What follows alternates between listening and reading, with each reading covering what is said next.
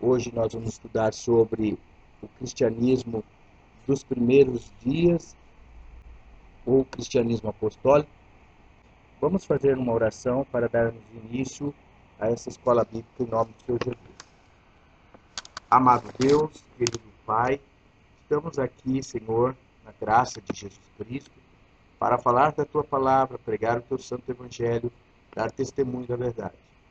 Abençoa todos que aqui compareceram para esse estudo, concedendo, Senhor, entendimento, para que andem, Senhor, segundo a vocação do santo evangelho, segundo a vontade do Senhor.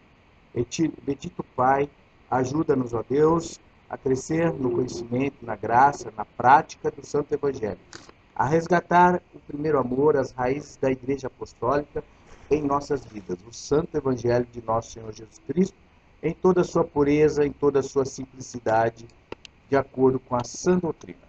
Nós te pedimos, agradecemos, bendito Pai, por todas essas bênçãos, em nome de Jesus Cristo. Amém. Amados irmãos, obrigado pela presença de vocês. Hoje nós vamos falar sobre o cristianismo primitivo, vamos recorrer à palavra de Deus e também a alguns testemunhos históricos de como era organizada as primeiras igrejas de Deus no tempo dos apóstolos.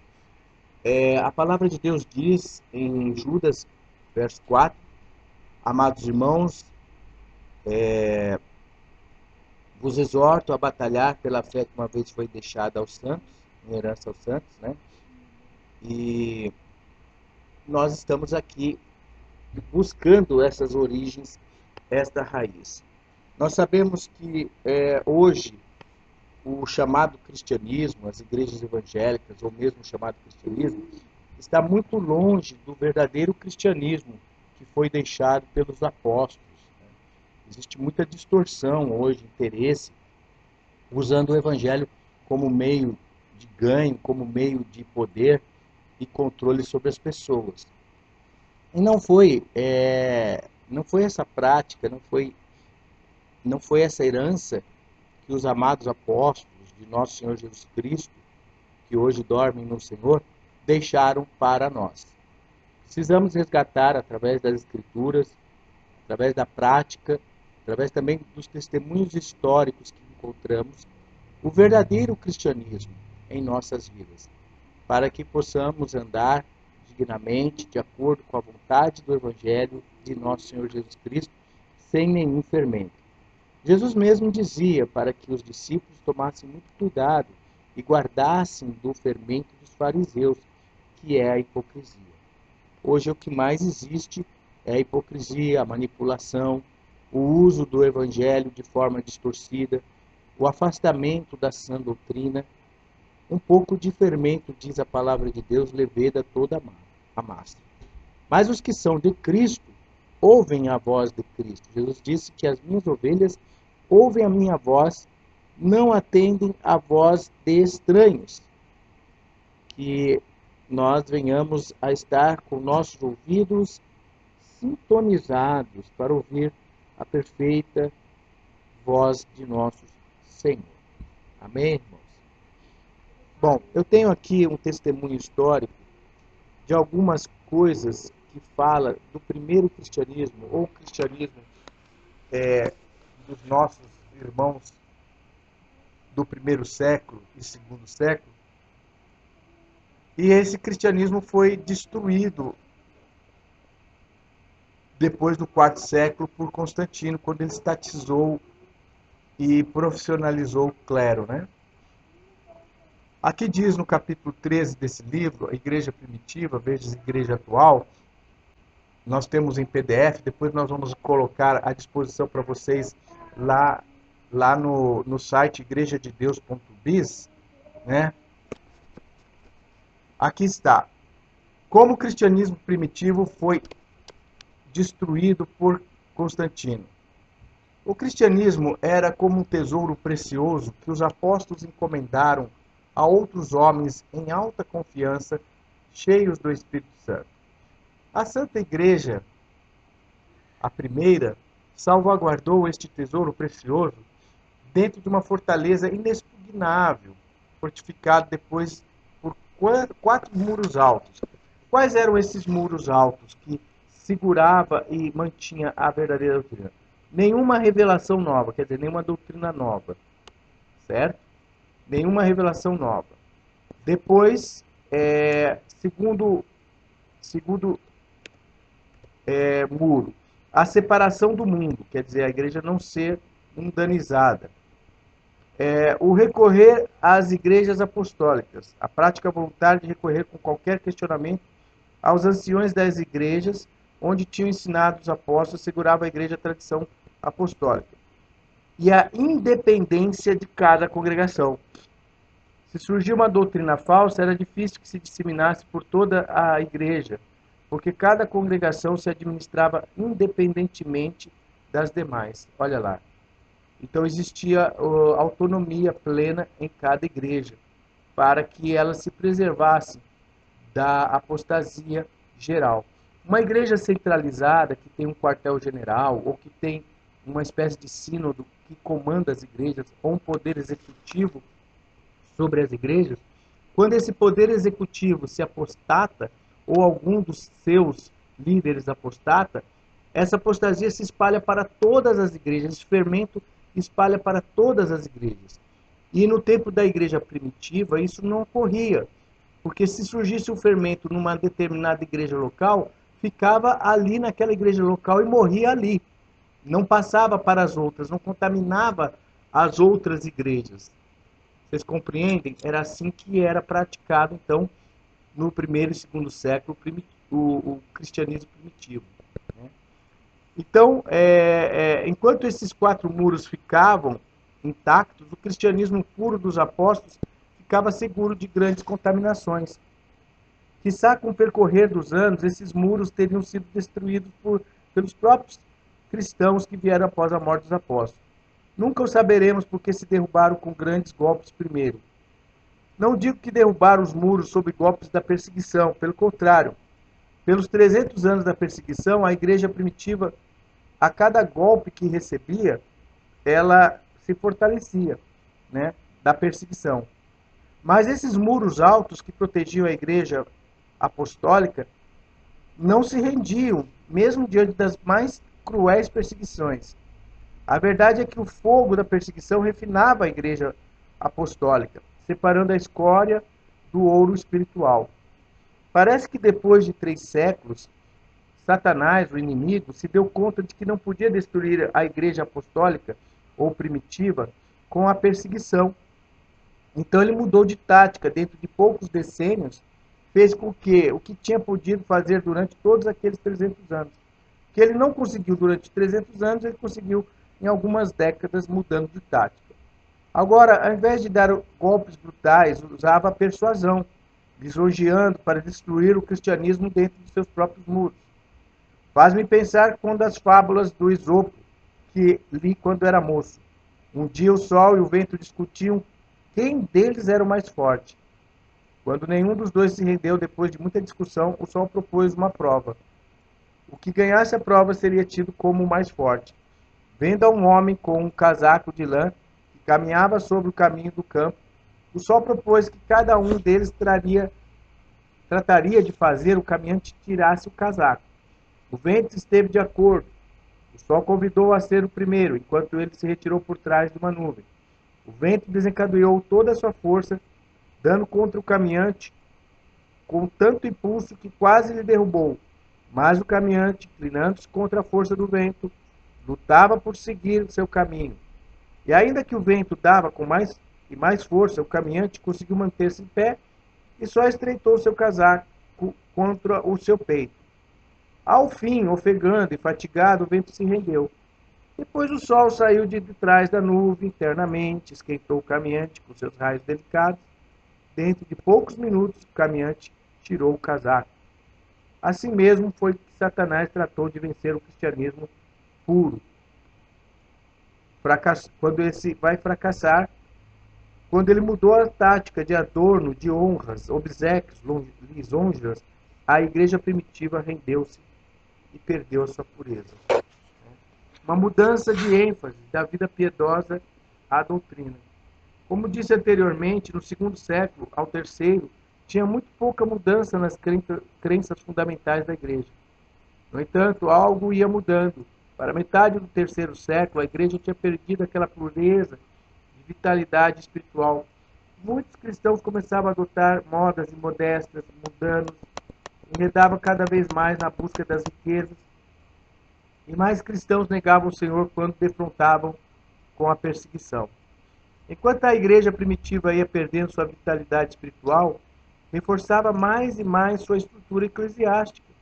Por exemplo, mais e mais ênfase se dava à autoridade dos bispos. E não só isso, o bispo de Roma começava a afirmar que ele tinha autoridade sobre as demais igrejas. Vocês percebem aí, irmãos?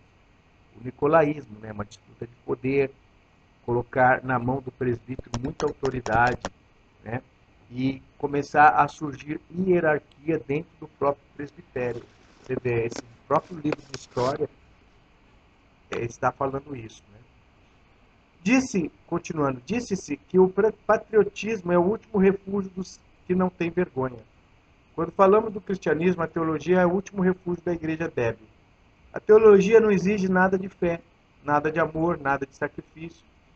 O cristão que carece de uma fé verdadeira em relação ao vital, com Deus, pode afirmar que crê uma lista de doutrinas e o mesmo que pode o cristão forte e espiritual.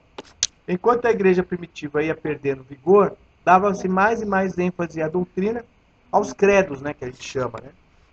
Para o final do terceiro século, depois de bastante tempo sem perseguição, começaram a surgir cada ano mais disputas sobre pontos doutrinários entre as diferentes igrejas. O historiador da igreja, Eusébio, contemporâneo dessa época, escreveu a situação triste em que se encontrava a igreja. Por causa da grande liberdade outorgada pelo governo, caímos na preguiça. Tivemos inveja, falamos mal uns dos outros, e quase como se tomássemos armas uns contra os outros, porque os anciãos atacavam a outros anciãos com suas palavras como se fossem lanças. E o povo se dividia em diferentes bandos. Olha lá, começou a divisão por causa da disputa de poder, né? Como resultado, a igreja não estava preparada espiritualmente para a grande onda de perseguição que estourou contra ela no princípio do quarto século. Esta perseguição, ainda que severa, não durou muito.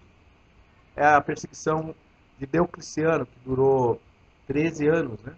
Os primeiros decênios do século, aliás, durou 10 anos, de 3000 a 3010, ou 3003 a 3013. Né? Os primeiros décadas do século IV trouxeram grandes mudanças à igreja. Essas mudanças ameaçavam a vida da igreja mais do que a perseguição jamais tinha ameaçado. Como Constantino tratou de cristianizar o império? Então, desde o tempo do imperador Nero, no primeiro século, não tinha nenhuma dinastia permanente de imperadores romanos. Ao invés de um imperador reinava um tempo e depois era derrotado por outro, no ano 306 da era cristã, 4 rivais compartilharam a autoridade imperial de Roma. Severo reinava sobre a Itália e África do Norte, Constantino reinava na Bretanha e Gália, 2 outros compartilhavam o Império Oriental. Quando Severo foi destronado por um outro rival chamado Mangêncio, Constantino se declarou o imperador legítimo do Império Ocidental. Constantino era um líder bastante hábil, um homem de decisão e de ação, capaz tanto de inspirar ao povo, como também de organizá-lo. Pouco depois de declarar-se o único imperador legítimo do Ocidente, começou a cruzar os Alpes para assaltar a Roma e destronar Mangêncio. Depois de ganhar uma série de vitórias, Constantino começou a última fase da marcha a Roma, no ano 312. Enquanto se acercava a Roma, teve uma experiência que ia ter um impacto profundo na história do cristianismo do mundo inteiro. Eusébio de Cesareia, o historiador eclesiástico, uns anos depois escreveu de que Constantino relatou sua experiência aquele dia. Abre aspas. Ou disse que passado o meio-dia, quando o dia começava a declinar, viram seus olhos o sinal da cruz na luz do céu, acima do sol no qual estava escrito, por este sinal vencerás. Então Constantino disse que depois teve um sonho em que Cristo lhe disse que fizesse um estandarte militar na forma de cruz. Esse estandarte lhe brindaria proteção em todas as batalhas contra seus inimigos. Foi ali que começou, viu, irmãos, o tal do sinal da cruz. Trindade, sinal da cruz, né? Guiado por essa experiência, Constantino ordenou que lhe fizesse um estandarte especial, tinha uma lança dourada vertical cruzada por uma barra horizontal, para formar uma cruz. Uma coroa de ouro enfeitada com joias estava colocada em cima da barra transversal, e embaixo estavam escritas as iniciais de Jesus Cristo. Levando esse estandarte à batalha, os exércitos de Constantino venceram completamente os exércitos de Mangês, perto da ponte de Mil, e 3 quilômetros fora da cidade de Roma. Assim que, quando Constantino se fez o único imperador do Império Ocidental, atribuiu sua vitória ao Deus dos cristãos. Olha lá, foi assim que começou a interferência de Constantino dentro das igrejas de Deus. A relação de Constantino desde esse momento com a igreja se pode entender só se entendermos a relação que os imperadores romanos sempre tiveram com a religião de seus súditos. Os romanos sempre eram muito religiosos e sempre atribuíam seu sucesso e prosperidade aos deuses que os abençoavam. A religião do Império Romano era um assunto público e sempre se entrelaçava com o Estado. Orações, sacrifícios se faziam aos deuses nas festas do povo. A adoração dos deuses nessa ocasião se considerava a obrigação de todo patriota. Ofender um deus era delito contra o próprio Estado. Então Constantino, ele na verdade, ele fez uma mixagem, né, irmãos, do que era já praticado dentro do romanismo para dentro da igreja, né? Constantino creu, na verdade, que o Deus dos cristãos lhe tinha dado a vitória e que esse mesmo Deus protegeria sempre o império, com a condição que os imperadores lhe adorassem e a igreja lhe fosse fiel. Por essa razão, Constantino começou a dar bênçãos à igreja e aos seus líderes. Você vê, ele nem batizado era, ele começou a ser o líder da própria igreja. Unindo-se com o imperador do Oriente, promulgou o Edito de Milão, em 313. Esse edito afirmou, abre aspas, resolvemos outorgar tanto aos cristãos e a todos os homens a liberdade de seguir a religião de sua consciência, para que todas aquelas deidades celestiais que existissem possam inclinar-se a nosso favor e ao favor de todos aqueles que vivem sob o nosso governo. Fecha aspas. Então ele, por decreto, declarou o cristianismo como uma religião também oficial do Estado. Notemos que Constantino não fez do cristianismo a única religião oficial do Império Romano. Singelamente reconheceu que a religião cristã era uma religião legítima igual às demais religiões pagãs do Império. Contudo, o cristianismo agora era a religião do mesmo imperador, e por isso gozava de mais prestígio do que as religiões pagãs. Muitos templos da igreja do primeiro século, primitiva, se tinham destruído na perseguição e teve antes que ascendesse Constantino ao trono. Por isso, Constantino ordenou que se voltasse a construir, pagando os gastos do próprio cofre público, né? Também começou a pagar aos anciões da igreja um salário com dinheiro estatal. Olha aí, ó. Começou esses anciões a ter uma dependência de salário, de dinheiro do Império Romano. Aí começou realmente a decadência, né? E fez leis que eximiram aos líderes da igreja qualquer serviço obrigatório do Estado, isenção de impostos também. Isto fez Constantino porque queria que os bispos e diáconos dedicassem seu tempo e energias às suas congregações. Cria uma igreja próspera, assegura a bênção de Deus sobre o império. Constantino também levantou os cristãos a posições prominentes, né, do seu governo e escolheu a muitos de seus ministros de Estado dentre os cristãos. Até pediu que os bispos cristãos acompanhassem seus exércitos nas batalhas para que tivesse a bênção de Deus. Então foi aí que começou a derrubar os muros de proteção da doutrina e dos bons costumes apostólicos, né? Esses bispos começaram a se render, recebendo salário do Estado, né? Tendo honrarias, isenção de impostos, começaram a ficar famosos. Aí entrou a vaidade, o orgulho, a igreja se dividiu e o cristianismo perdeu a sua pureza e apostatou-se, né? Então aí começa a derrubar os muros de proteção. Há uma fase da história que começa nessa fase de 313, quando Constantino assume o poder sobre a igreja, conhecido por Césaropapismo, né? Constantino se declara uma espécie de Moisés da igreja, isso está nas páginas da história de um livro chamado História do Cristianismo, de volume 1, de Henry Marron e Gian Daniello, da editora Vozes. César, o papismo era isso, era uma autoridade, alguém de prestígio, poderoso, rico, que começava a ter influência e se declarava uma espécie de Moisés da igreja. Né? Hoje, quantos têm se declarado Moisés da igreja, né? Querem se declarar líderes máximos da igreja, se achando até com a prerrogativa de comandar a igreja como capitão no leme, né? Mas isso não cabe a nenhum homem do presbitério, senão ao Senhor Jesus, que é o nosso capitão, que está com a mão no leme. Ele é o nosso Moisés, o Senhor Jesus, a doutrina da Bíblia. Nós somos todos irmãos. Então, quando começa essa disputa de poder, essa hierarquização do ministério, né, é que começa a derrubar as barreiras de proteção do evangelho puro, do verdadeiro evangelho. E aqui nesse livro de história, a partir da página 83, fala sobre isso aí. Né? Voltando a ler, aqui diz assim, antes disso, qualquer doutrina ou prática nova se tinha recusado de imediato pelos líderes da igreja.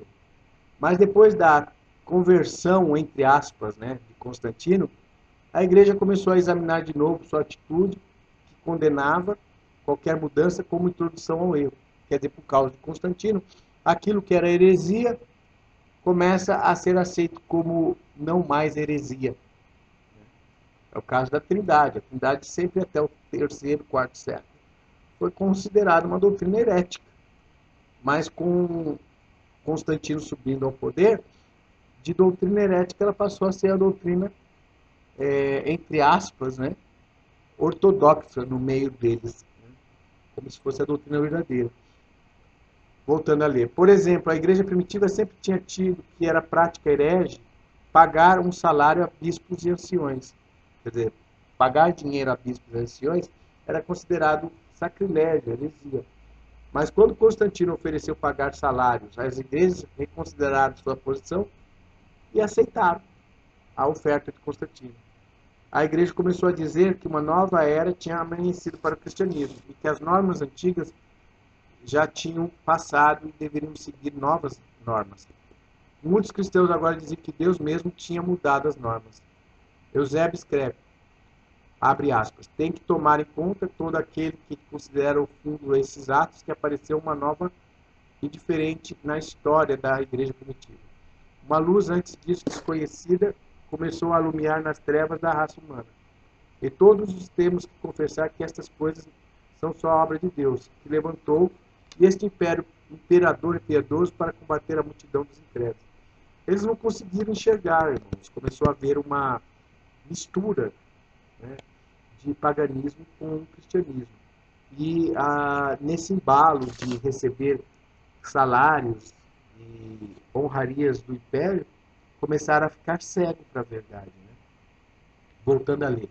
Quando descreve como Constantino convidou os líderes da igreja às suas câmaras privadas para que se socializassem com ele, Eusébio se parece mais a um menino ingênuo do que um líder formal da igreja. Abre aspas. Os homens de Deus entraram sem temor nas câmaras reais mais privadas. Ali comiam alguns à mesa do imperador e outros se reclinavam nos divãs de ambos os lados. Um tivesse podido pensar que se formava um quadro do reino de Cristo dado em figuras, um sonho mais bem do que a realidade. Fecha aspas. Quer dizer, eles não conseguiram discernir que, na verdade, isso era uma tática diabólica para corromper a igreja. Né? O muro exterior que tinha protegido a igreja estava rompido. Já não cria mais os cristãos de qualquer mudança os envolveria no erro. Ao invés, a igreja começou a crer que a mudança podia trazer melhoramento. Diziam que talvez o cristianismo dos apóstolos não era o cume do cristianismo, senão só o princípio. Até começaram a crer que Deus agora podia dar novas revelações de doutrinas. Né? Os cristãos agora criam que a profecia de Ageu a respeito do templo que edificava Zorobabel podia aplicar-se à igreja. A glória desta última casa será maior do que a primeira, diz o Senhor dos Exércitos. E nesse lugar darei paz, diz o Senhor dos Exércitos. Ageu 2:9. Segundo eles, a igreja estava por atingir novos cumes. Então a amizade do mundo arruinou aquela pureza que veio de herança dos apóstolos, da igreja primitiva apostólica. Outro muro, então, começou a derrubar-se, era o da separação com o mundo, e este cerco se destruiu por completo. A igreja era uma jovem ingênua, apaixonada por um noivo novo.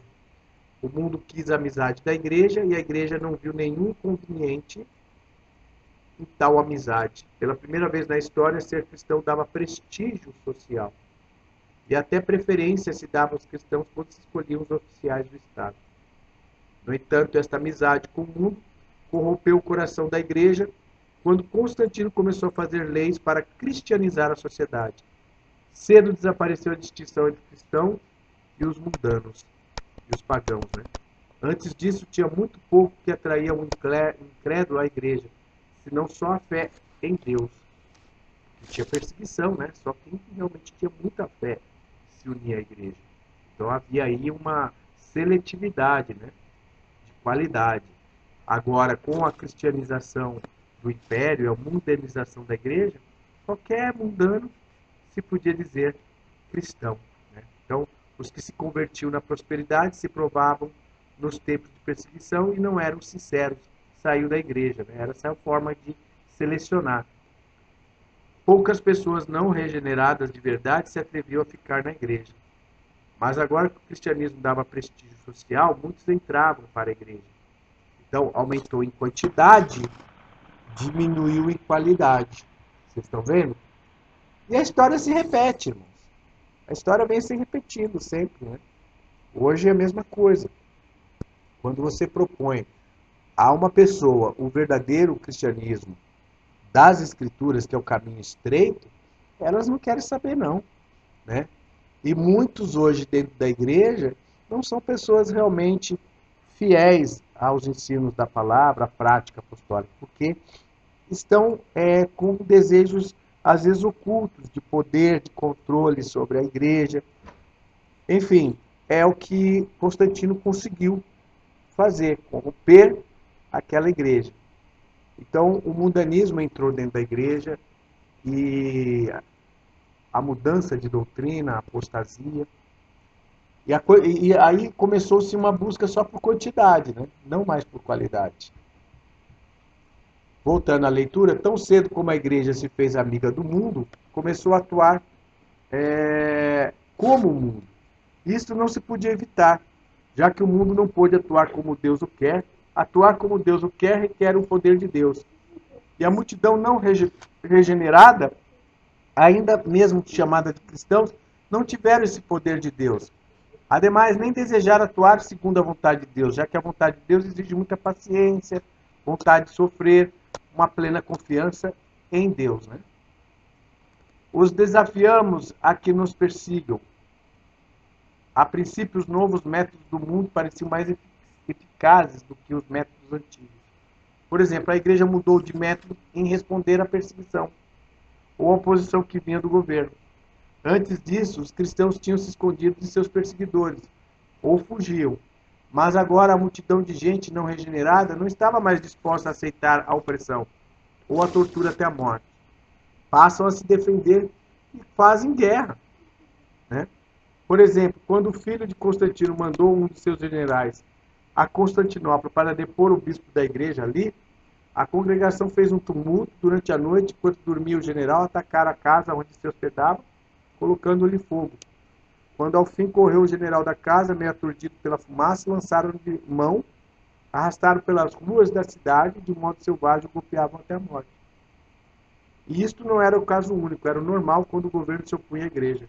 O caráter da igreja mudou. Então, aquela parte apostatada, que aderiu a Constantino, mudou até de caráter. Em vez de sofrer a perseguição por amor a Deus, passaram a golpear e fazer guerra, matar até, para poder manter-se no poder, no controle da igreja.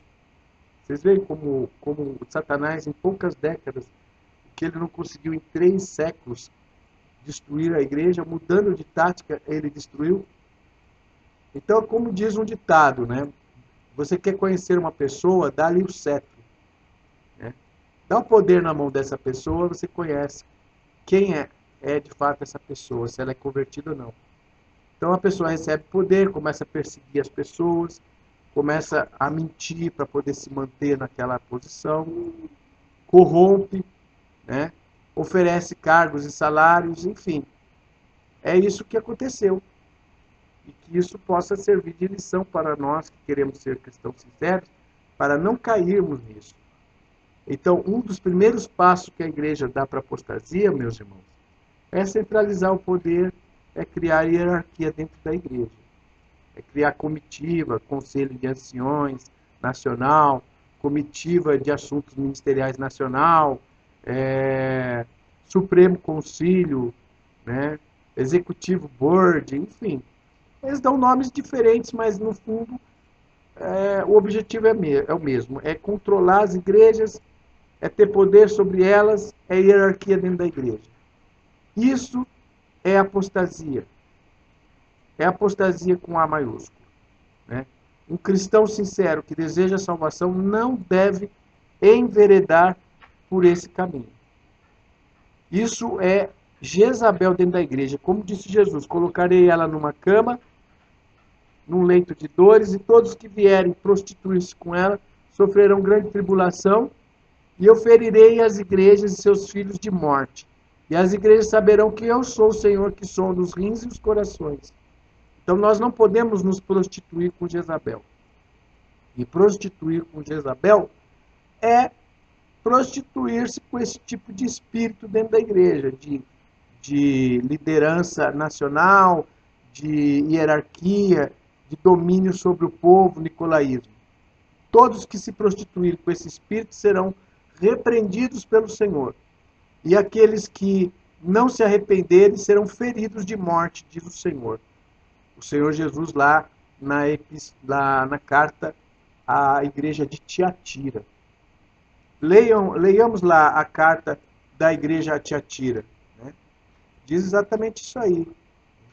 Todos os que se prostituírem, né, com Jezabel, o Senhor vai colocar ela num leito de dores. Eu vou estar lendo aqui.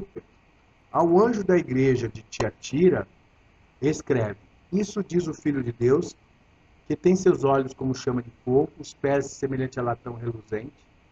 Eu conheço as tuas obras, o teu amor, o teu serviço, a tua fé, a tua paciência, e que as tuas últimas obras são mais do que as primeiras. Mas algumas poucas coisas tenho contra ti, que deixas Jezabel, mulher que se diz profetiza, ensinar a enganar os meus servos, para que forniquem e comam do sacrifício da idolatria. E dele tempo para que se arrependesse da sua fornicação, e não se arrependeu. Eis que a porei numa cama, e sobre os que adulteram com ela virá grande tribulação, se não se arrependerem das suas obras. Primeiro vem uma grande tribulação, derrota, né? Esses tipos de coisas, né? Adultério, queda. Se mesmo assim não se arrependerem, aí diz aqui: e ferirei de morte a seus filhos, e todas as igrejas saberão que eu sou aquele que sonda os rins e os corações, e darei a cada um de vós segundo as vossas obras. Então, primeiramente vem grande tribulação, escândalos, pecados, derrotas, para ver se essas pessoas abrem os olhos de que estão se prostituindo com Jezabel. Então, Jezabel é um poder que assume o controle da igreja. É uma igreja dentro da igreja. É um poder que quer se definir como igreja, controlando as outras igrejas. Que pode ser esse tipo de Conselho Nacional de Anciões, Executivo Board, Supremo Conselho Ministerial. Esse tipo de hierarquia dentro da igreja é exatamente Jezabel. O nicolaísmo, primeira disputa de poder, que é o nicolaísmo, controle das igrejas. Depois essa hierarquia dentro da igreja, esse poder controlando as igrejas, se torna Jezabel dentro da igreja. Esse tipo de coisa traz tribulação. Essas tribulações são derrotas, pecados, adultérios, escândalos, coisas visíveis para o povo de Deus ver que está havendo alguma coisa errada ali e que o Senhor não está aprovando. Mesmo assim, se não houver arrependimento por parte dessas pessoas que se prostituem com Jezabel, vendo isso não se arrepender, aí diz aqui que o Senhor começa a ferir de morte aqueles que se prostituem com Jezabel. E as igrejas vão saber que Jesus é aquele que sonda os corações e os rins. Né? Então, amados irmãos, nós não podemos nos deixar levar por esse espírito de apostasia que avassalou, né? Acabou com as chamadas igrejas cristãs. Nós devemos manter a doutrina, e a doutrina ensina o seguinte, que os presbíteros são todos irmãos, são todos iguais. A autoridade de um presbítero não está acima da localidade do qual ele ali foi gerado como presbítero, que ele ganhou almas ali.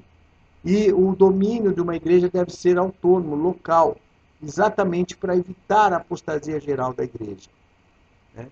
Então, a própria Igreja de Deus também, ela manteve esse sistema de autonomia até o início do século XX. Foi com a disputa de poder, nicolaísmo dentro da igreja, que começou as primeiras divisões e cisma dentro da igreja. Em 1933, teve uma divisão dentro da Igreja de Deus, né, de Salem com Stamberg, e essa divisão hoje gerou aí a Igreja de Deus de Denver, a Igreja de Deus de Meridian, né? Aqui no Brasil nós tivemos em 94 uma divisão por disputa de poder, de controle da igreja, né? Até que em 2001 começou o movimento de resgate das raízes da igreja, que é a autonomia, que é o sistema de governo bíblico, né? Aí em 2004 surgiu uma seita, mais uma apostasia dentro da igreja, que é conhecida agora como Congregação Israelita da Nova Aliança, né? Um dos líderes da igreja, que na época era da Igreja de Deus, né? Altair Junqueira, formou e fundou essa seita. Ele se considera ainda da Igreja de Deus, ele considera que ele não saiu. Embora ele mudou toda a doutrina, ele centralizou tudo, né? E criou um judaísmo messiânico, uma doutrina própria. Ele ainda acha que está dentro, ele acha que nós é que estamos com o espírito do erro e ele que está com a verdade. Para vocês verem como é que as coisas acontecem, né? Embora que ele mesmo, quando estava na Igreja de Deus, dizia que quando um obreiro era fracassado, ele procurava o judaísmo, ele ia para o judaísmo, né? E ali ele acabava ficando cego, né? Ele acabava se encurvando, ficando cego, sem poder enxergar a verdade. E essa é a situação real dele. Se pegar a gravação que ele fez como ministro da Igreja de Deus e colocar junto com o que ele fala hoje, ele mesmo condena a si mesmo naquilo que ele aprovou. Né? Quão tristes derrotas ocorrem, irmãos, com as pessoas, elas não conseguem enxergar, né? Elas não conseguem enxergar, e ainda contam vitória. Né? Mas, na verdade, aqui diz, darei a cada um segundo as suas obras. Quer dizer, as consequências de uma atitude errada, de uma atitude antibíblica, vêm. Né? Então, adotar a hierarquia dentro do ministério, as consequências vêm. Primeiro, escândalos, derrotas. Depois, apostasia, mudança de doutrina. E depois acaba acontecendo até mesmo juízos de Deus sobre a cabeça dos desobedientes. Né? Então, vamos temer a Deus, procurar preservar essa herança que uma vez foi dada aos santos, né? Que é a prática do cristianismo puro, da Bíblia, segundo a sã doutrina, para que possamos alcançar o galardão que o Senhor Jesus Cristo tem nos preparado. E que vocês possam meditar. Obrigado, Pai seja com